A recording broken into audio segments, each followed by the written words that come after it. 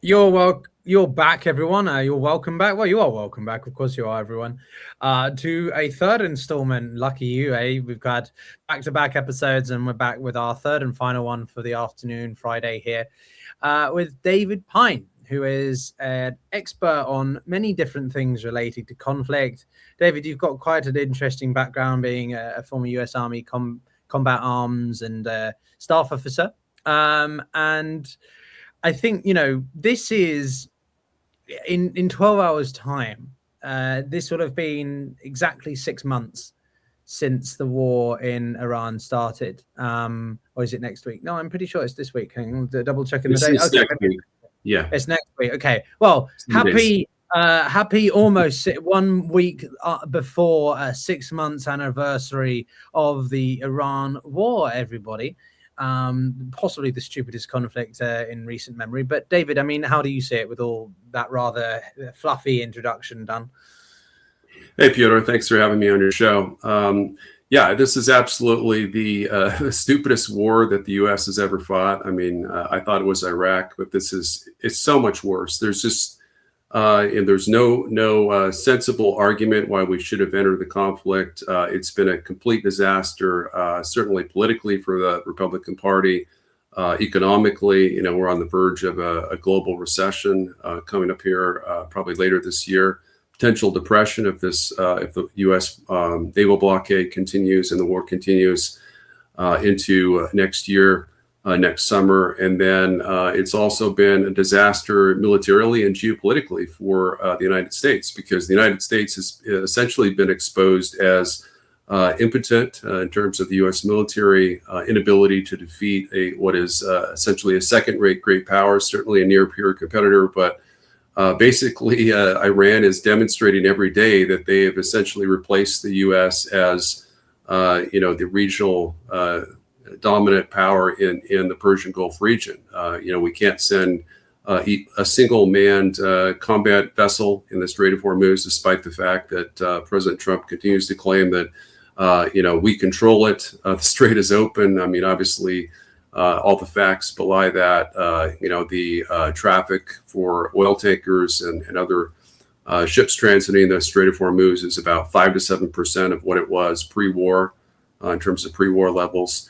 And it's really served as essentially a green light for potential international aggressors, primarily communist China, to invade Taiwan, because this war is very similar to the kind of war that we would see with the U.S. and China fought over Taiwan. It's essentially more of an air and sea war. It's a drone and missile war. Basically, the side with the most drones and missiles, the most munitions, is the side that has become victorious, and we saw that with Iran. But it also shows that great powers and nuclear great powers, as I assess Iran is likely to be, can really dominate their region, and with the anti-ship missile supremacy that Iran has over the U.S. They have hypersonic anti-ship missiles. They have anti-ship ballistic missiles that we don't have. We don't even have supersonic anti-ship missiles. So all of our anti-ship missiles are essentially subsonic. They're very dated and essentially 1950s or 60s or at best 70s technology.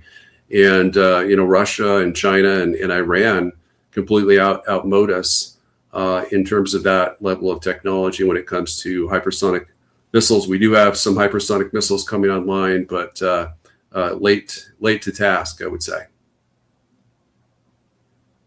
So, okay, so quite a lot there. So you're to paraphrase you're simply saying that the Iranians have now become the de facto regional hegemon in the Middle East, unparalleled. Not in the Middle East, no. Israel certainly is dominant in the Western Middle East, and then Iran is more dominant in the Eastern Middle East. And of course, Pakistan is a neighboring country, and so Pakistan obviously has a lot more nukes than Iran likely has right now. And so they have kind of their own sphere of influence that is, coexisting with Iran's. But the thing with Pakistan is that both Iran and Pakistan are members of the Shanghai Cooperation Organization, which Russian President Putin has rightly described as a second Warsaw Pact reborn, essentially. So it is not just a economic alliance and security alliance. It has the potential to be a military alliance as well. And of course, Russia has a separate defense pact with Iran. It has a separate defense pact with North Korea. But essentially, Iran is the reason our blockade is not working is because Iran is surrounded by friendly countries. Essentially, Iraq is very friendly with Iran. Pakistan is as well. 6 of their 7 neighbors, they have very strong economic and trade relations. It's only Azerbaijan that they don't, and of course some of their Gulf neighbors across the Persian Gulf. Yeah, I mean, look, on the one hand, I think we can say that this is the stupidest war in recent memory. But that doesn't necessarily mean that the other side is scot-free of challenges either. Wouldn't you agree that the relationship that the Iranians, Chinese, Russians have is one more of convenience than necessarily lifelong friends? I think it's been clear the Chinese are not willing to get too supportive or involved. They're supplying Iran with certain arms, but couldn't they do more? Shouldn't they be doing more if this is a deeper relationship here? Well, I think the relationship between China and Iran is one very similar to the U.S. and Ukraine. The U.S. has provided lots of intelligence, both offensive and defensive intelligence, satellite targeting information. We provided, a huge amount of armaments. Certainly, China could provide a lot more arms, but really, I think Iran has almost all the arms they need to fight and win this war against the United States. So I think, China is providing them the weapons they need. They actually gifted them a satellite that enabled them to very precisely target and destroy about 13 U.S. military bases neighboring Iran. They've helped Iran deliver a devastating blow to the U.S. And of course, Russia's provided, upgraded Garand missiles that, of a type that Iran gave to Russia that are much more advanced in terms of, AI capabilities and GPS and targeting accuracy. So, I think just as we've essentially used Ukraine as essentially cannon fodder to try and fail to weaken the Russian Federation. I think that's essentially what China and Russia are doing to us. Of course, the main difference is, Ukraine has lost over 1 million soldiers dead and another million severely wounded.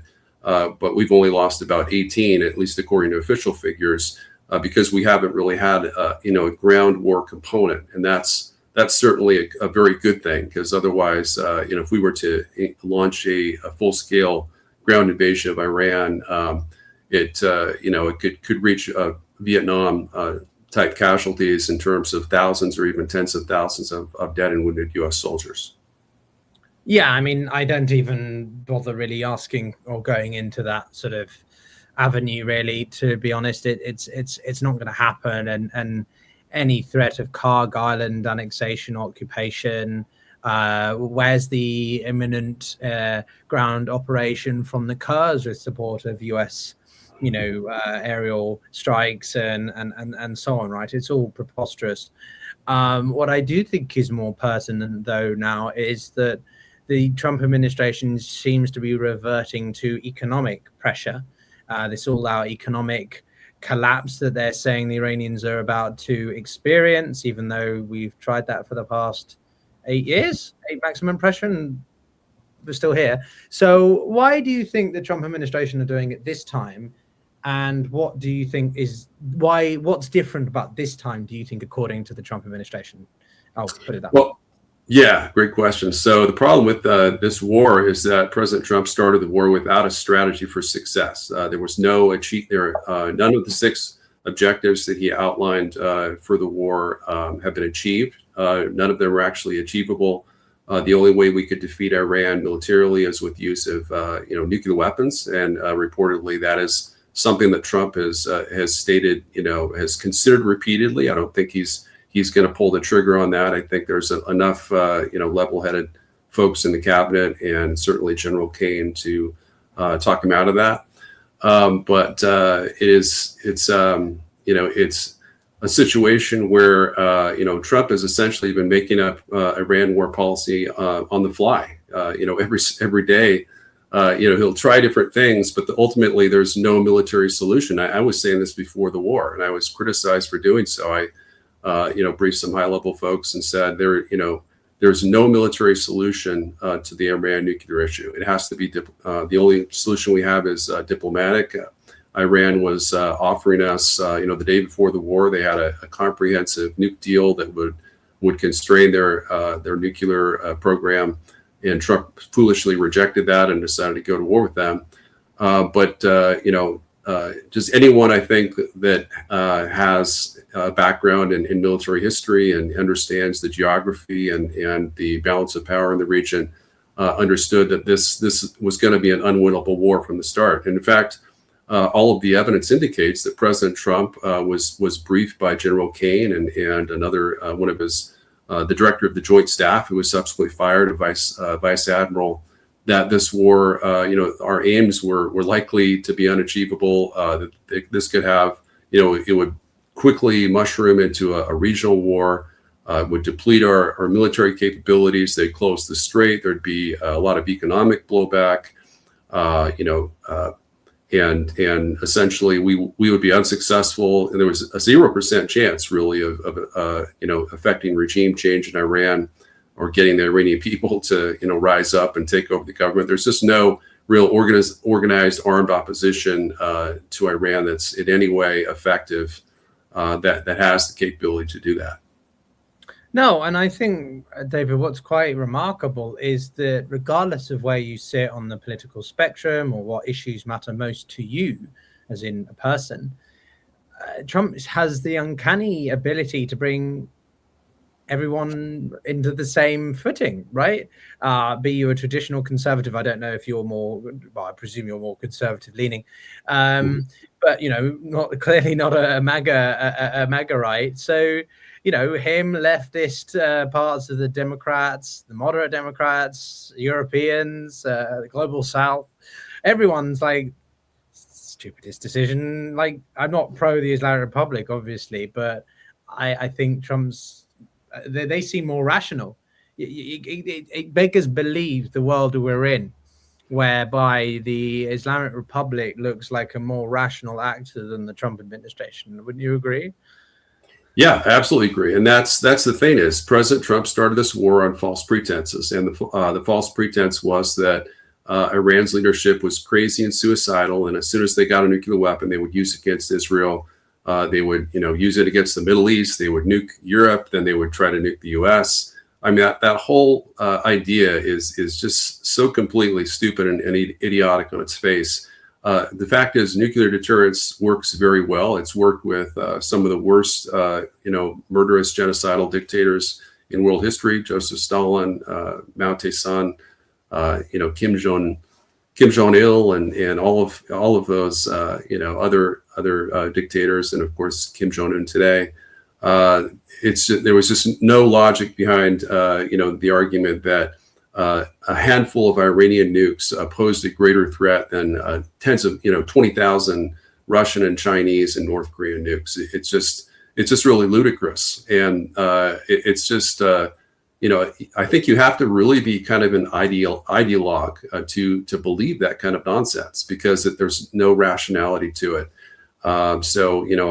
Basically 80% of the Trump voters are still hardcore MAGA. They believe all of Trump's lies about the war. I've always been an America First conservative. I strongly supported Trump's reelection.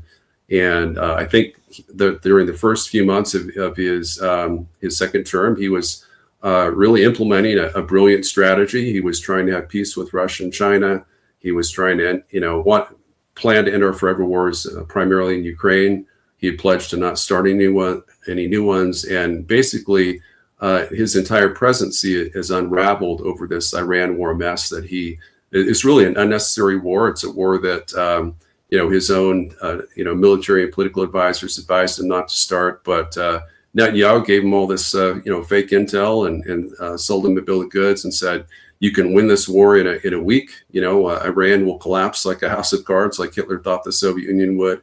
And it was just all demonstrably false. And President Trump just, with his incredible narcissism and ego, thought that he would be the one president that could accomplish this, the defeat of Iran, and that history would remember him kindly. Instead, he's essentially trashed his entire presidential legacy over it.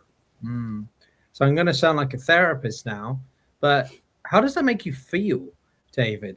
I mean, jokes aside, but how does that make you feel, and what does it do to your sense of Trump and the sort of right-leaning part of the US political spectrum like that?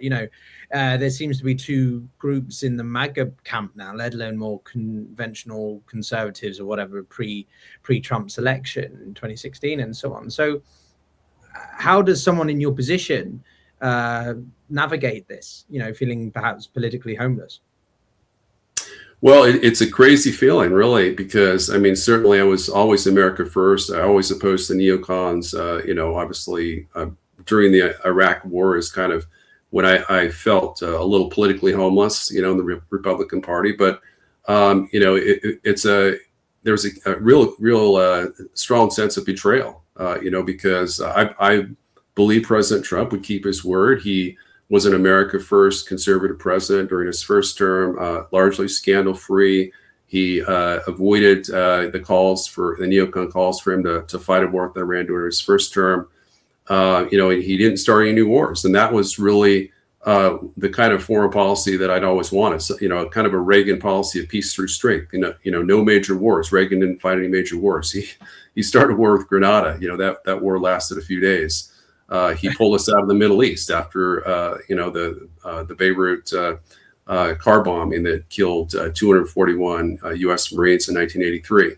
So, and he made peace with Russia. It was his decision to, begin arms control negotiations with, the Soviet Union and other just very friendly relations with Russia that caused them to give up their entire empire. We've never seen that throughout history where, a nation gave up their entire empire, voluntarily. It's usually happened through war, and they had 20 captive nations that they granted independence to, both within the Soviet Union and in Eastern Europe in the Warsaw Pact. So that just shows what can be accomplished with an America first foreign policy. And I've been calling for, peace with Russia over Ukraine. I've presented a number of different peace proposals. Istanbul Agreement, obviously, that would have been an amazing one for Ukraine that would have kept them in control of 93% of its territory, internationally recognized territory. Russia agreed to withdraw to its pre-war positions. But then, of course, Zelensky torpedoed that with that final peace deal was going to be signed on April 9th, 2022. But that's just an example of what Trump could have accomplished, because he did commit to, sign a peace deal with Russia over Ukraine within 24 hours of his presidency. Yeah, I think I understand your overall point there. The START treaties of 1986.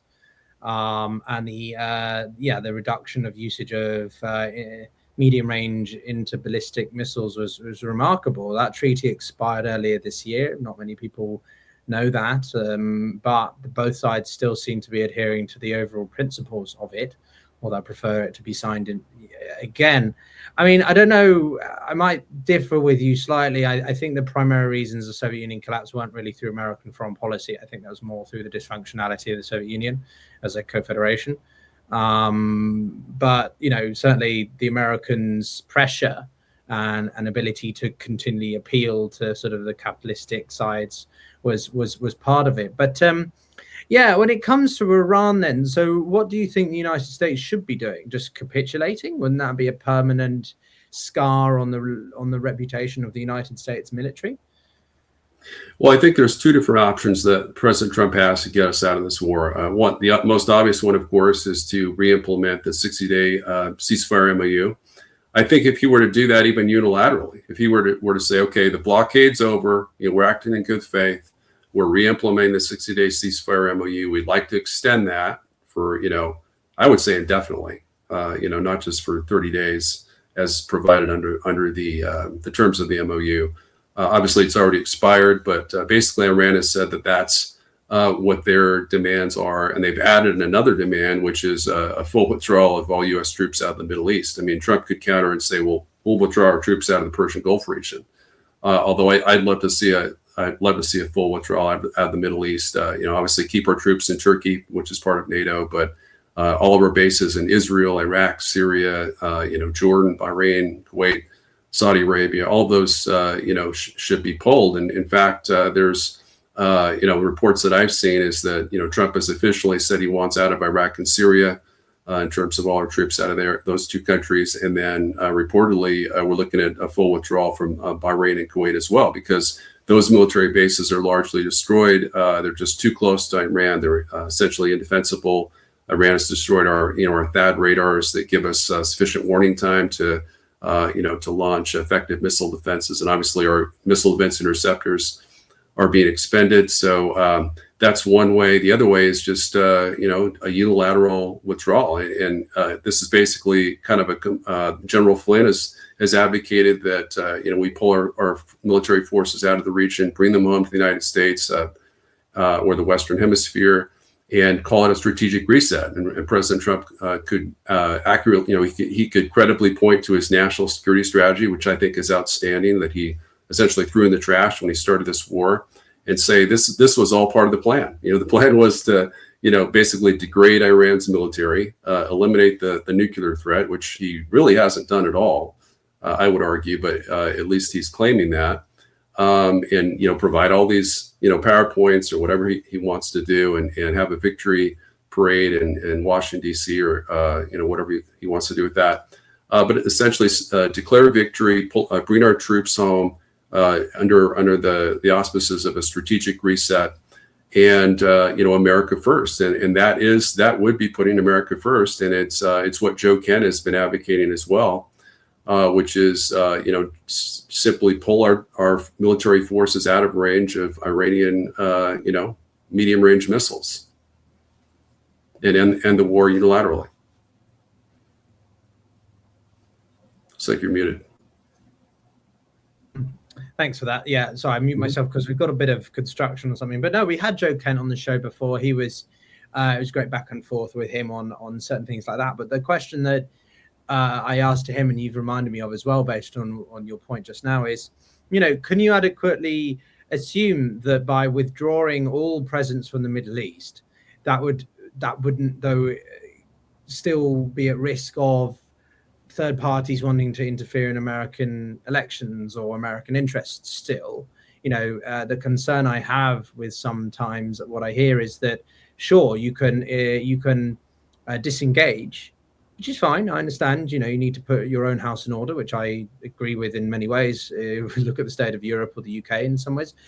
But by sort of internalizing too much, you assume that other countries won't still want to weaken you in other ways. So, America not engaging in Africa. Yeah, okay, you can do that, but that's not going to stop the Chinese and Russians from wanting to do stuff to undermine American interests anyway. So surely you should have a finger on the pulse still a little bit, just to counterbalance against your adversaries or rivals. Or you don't agree with that? Well, I think there's a fundamental misunderstanding of what U.S. foreign policy should be. President Nixon famously stated that we want better relations with Russia than Russia has, with China, and better relations with China than China has with Russia. Because essentially, we want to prevent them from uniting. And essentially what we've done is it's our U.S. military presence on Russia's and China's borders and border seas that have pushed them into this alliance. And you might be right. In some ways it's an alliance of convenience. I mean, certainly historically, they have not been allies. They've been more often enemies than allies, but they've had They've resolved their border disputes. They've had massive military technological transfers, wealth, trade relations, security, economic cooperation. Obviously, the Beijing Olympics in February of 2022, President Xi Jinping and President Putin stated that this was a no limits partnership. It's that was greater than an alliance, and in many ways, I think it is. It's certainly a full scale alliance. Just like the NATO alliance with Article 5, just because a NATO country is at war doesn't necessarily mean the U.S. is obligated to go to war. So that's why it explains why China hasn't declared war on Ukraine. Russia and China haven't declared war on the U.S. over the war in Iran. But essentially, what I'm saying is it's U.S. military forces deployed in the Middle East that got us into this war in the first place. If we didn't have any troops, in the Persian Gulf region, then this war would not have started, because as Secretary Rubio and President Trump himself have both stated, the reason we went to war is because we had credible intelligence that Israel was going to start a war against Iran. And Iran had said that if Israel attacks them, they would attack U.S. military bases in the region. If we didn't have any military bases in the region, we simply would not have got involved in that fight. And obviously, if we weren't allies with Israel, that entangling alliance would not have led us into war with Iran either. So those are the two, when Putin talks about, what are the core issues that started the war in Ukraine, the same thing applies to the war in Iran. We have to figure out what caused us, what caused President Trump and U.S. leaders to get us into this mess of a war. And those are really the two issues. So I would say we should cut our alliance with Israel completely, and we should also pull our troops out of the Middle Eastern region. And then we'll never have to deal with those conflicts ever again. And we can focus on exactly what you said, which is, defending against cyber attacks, election interference, nuclear missile strikes with the Golden Dome, hardening the grid against EMP attack, rebuilding our nuclear arsenal, as you and I have discussed on offline. Russia has, according to my estimates, up to 50 times more non-strategic nuclear weapons than we do. Some of those are sub-kilotons, so they're optimized for battlefield usage. We need to, but primarily we need to resolve the strategic nuclear balance. Russia and China together completely overmatch the U.S. in terms of our nuclear arsenal, not just in terms of quantity, but quality as well. So all of those issues should be what we're focusing on, not all these foreign military adventures that are, hurting us economically, militarily, and geopolitically. Yeah, wow. There's goodness, quite a lot there to dissect. I think largely the technological advancement of hypersonics. The DoD admitted that, I think, 2 years ago almost, that they were notably behind in terms of application and usage. China's been proliferating nuclear arms for a while now, partially because I think they need more nuclear warheads to be seen as a great power, right? As much as it is for the materialistic use and application. But I think the reasons for the war startings are quite, they're sort of similar, but they're also different, right, David? I think that Trump's decision to go with Iran was largely based on his own grievances and manipulation by Netanyahu and Israel. I mean, you're saying to cut the relationship with Israel, at least from a sort of military standpoint, is quite significant. But on the Ukrainian side, Putin has had these sentiments about NATO, but he's also had this ideological obsession about Ukraine and Russian resurgence and all that. So I think there's quite a lot of difference there. What I'm curious to hear from you then is sort of, okay, so if America is first in the policy, but how do you balance focusing on American interests, but not, as I say, isolating to such an extent that you that's also an overall loss, right? It is absolutism versus relativism here, and I think the United States needs to balance prioritizing its own issues versus not being so disengage from other areas, that it's a net negative for it as well. You know what I mean? How do you get that balance right? Well, I think America First conservative foreign policy would essentially involve making all of our alliances, instead of ironclad, we make them conditional. So our alliance with NATO countries and other countries, Israel, would be conditional on whether it was in the U.S. national security interest to come to their defense in terms of starting a war or sending troops, or in the case of Israel, sending aircraft and missile interceptors to shoot down incoming missiles. None of our alliances, including, as I mentioned, the Atlantic Alliance with NATO, our NATO partners, we're just committed to, provide arms with them, provide some sort of military assistance. It doesn't necessarily require us to go to war. But if we improve relations, if we pull back our military forces from the borders of Russia and China, out of Eastern Europe, out of the Middle East, perhaps even out of Korea. I know that President Trump has expressed interest in pulling our troops out of South Korea.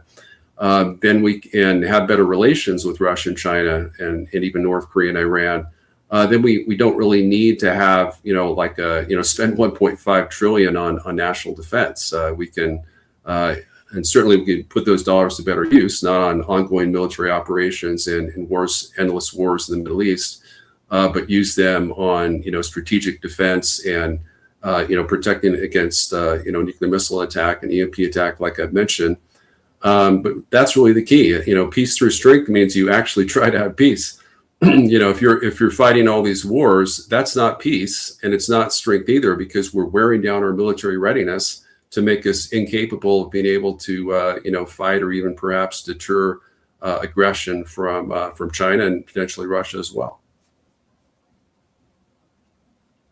Yeah, I mean, look, I think withdrawing the 30,000 so troops from the 38th parallel is, I don't know if that's a wise idea, because I think that North Korea genuinely is very, well, it is a threat to South Korea and South Korea's economy, the concerns over Japan's relationship as well. It's not, I mean, Taiwan as well. We had another expert on yesterday who was talking about a recent trip he'd had to Taiwan, and so I asked him, why should America bother defending Taiwan? Why should we risk an all-out war with China over an island? And his basic emphasis was that we don't really have a choice. Taiwan is such a bedrock of technological innovation and hub for everything that we take for granted in the West, or America specifically, and it's a full-fledged democracy. One of the only few in Southeast Asia. So that's a reason why we should defend Taiwan. What do you say to that? Is that overkill and not something that you'd say he's a more traditional neoconservative? So you would probably disagree with that quite a lot. Well, up until 2010, I argued that we should that same thing, that the U.S. should agree to defend Taiwan, even if it means the potential nuclear annihilation of the U.S. in a war with China. But in terms of that argument, what they're saying, it's true. Well, it's true if we were to lose advanced semiconductors that are sold from Taiwan to the U.S. In terms of other, various products, it could cause a Great Depression. We go down by 8% in terms of our overall GDP. But if we go to war with China, we stand to lose 50% to 100% of our GDP. If the U.S. is annihilated as a country with a nuclear first strike from China, all of those concerns are, kind of dismissed. Plus the fact that China would be highly likely to continue selling us advanced microprocessors produced by Taiwan, just at a higher price, and of course, kind of in a monopoly position. So a Chinese takeover of Taiwan doesn't necessarily mean we'd lose the microprocessors. Of course, Taiwan TMC has plans. Reportedly, they've have plans, contingency plans, where they could destroy their plants to prevent them from falling into Chinese hands. The U.S. could also, stay neutral in an invasion scenario where China was invading Taiwan, but we could use missiles, launch missiles to take those out. So there's a lot of other options. It's in a perfect world where the U.S. has military supremacy, as we did over China, or superiority at least during the 1990s standoff. In 1996, the Taiwan Straits, when we sent a couple aircraft carriers in the Taiwan Strait region. That would obviously be the ideal position that I would love to see. But the correlation of forces have shifted very, in a very pronounced way against the United States and its allies in favor of the Sino-Russian military alliance. And we have to accept reality, and we have to, prioritize, U.S. Survival. Essentially, what I've advocated, I refer to a strategy of assured national survival, whereby the U.S. focuses, as I mentioned, on strategic, homeland, and hemispheric defense. That we transform from a global superpower to back to a hemispheric superpower as we were before World War II. And that doesn't mean we become an isolationist country. Obviously, we maintain some military bases. We probably cut about half our military bases, maybe just under that, in terms of overseas military bases. But we pull back maybe 75% of our military forces from abroad, and deploy those for hemispheric defense. And I think that would promote a lot more peace and prosperity. It would certainly drastically reduce the risks of World War III. Which currently I would assess as probably the highest it's ever been, with the potential for both the wars in Iran and the war in Ukraine to escalate to a global conflict. Yeah, I mean, we saw the rumblings of that in the earlier part of the month, didn't we? But both Ukraine and Iran quickly sort of said they didn't want to escalate further. So maybe that spills over between the Russians and the Americans or the Chinese somehow. But it's all pretty messy out there. But David, thank you so much for your comments today. It's been very interesting hearing your perspective and arguments. And everyone watching, if you haven't already, check out David's work and writings on Substack. If you enjoy the conversation, then of course subscribe to both of us, and we'll see you all next time. But thanks so much for watching, and have a good weekend. Stay tuned. Thanks, Peter.